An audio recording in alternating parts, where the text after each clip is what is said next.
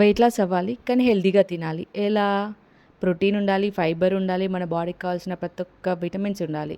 దానికోసము ఈరోజు నేను మీకు ఒక మంచి రెసిపీ చూపిస్తాను, చూడండి. దాంట్లో నేను ఆయిల్ యూజ్ చేయలేదు, ఘీ యూజ్ చేయలేదు, ఇంకా బెస్ట్ రెసిపీ అని చెప్పొచ్చు. దానికోసము నేను ఒక గ్లాసు కీన్వా తీసుకొని వాష్ చేసుకొని నానపెట్టుకున్నాను. దాంతోపాటుగా ఏ గ్లాస్తో అయితే కీన్వా తీసుకున్నానో అదే గ్లాస్తో పెసరపప్పు తీసుకొని నానపెట్టుకున్నాను.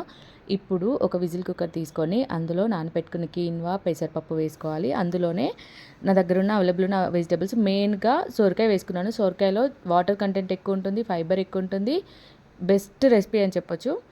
తర్వాత అందులో టమాటో, క్యారెట్, బీన్స్, పచ్చిమిర్చి, ఆనియన్ వేసుకున్నాను. ఇప్పుడు అందులో నేను కొంచెం జీలకర్ర, కొంచెం వామ కూడా వేసుకున్నాను. ఇవి వేసుకుంటే ఏంటంటే మనకి డైజెషన్ ప్రాబ్లం కాకుండా ఉంటుంది. దాంతోపాటుగా ఫ్లేవర్ కూడా సూపర్ ఉంటుంది. అందులోనే ఇంకొంచెం మిరియాల పొడి, కొంచెము పచ్చి వెల్లుల్లి దంచి వేసుకోండి. ఫ్లేవర్ మాత్రం అద్రిపోతుంది, ప్లస్ హెల్దీ కూడా. తర్వాత మూత పెట్టుకొని ఉప్పు, పసుపు వేసుకొని చెప్పడం మర్చిపోయాను. తర్వాత మూత పెట్టుకొని కుక్కర్ విజిల్ పెట్టేసి 5 విజిల్స్ వచ్చే వరకు ఉంచుకోండి. తర్వాత కొత్తిమీర వేసుకొని దించుకుంటే టేస్టీ కినోవా కిచిడి రెడీ అయిపోతుంది. హెల్తీ, టేస్టీ, అసలు మీకు ఆయిల్ లేకుండా ఇంత టేస్టీగా ఎలా ఉందబ్బా అనిపిస్తుందో ఒక్కసారి ట్రై చేయండి. ఎలా ఉందో నాకు కామెంట్ చేసేయండి.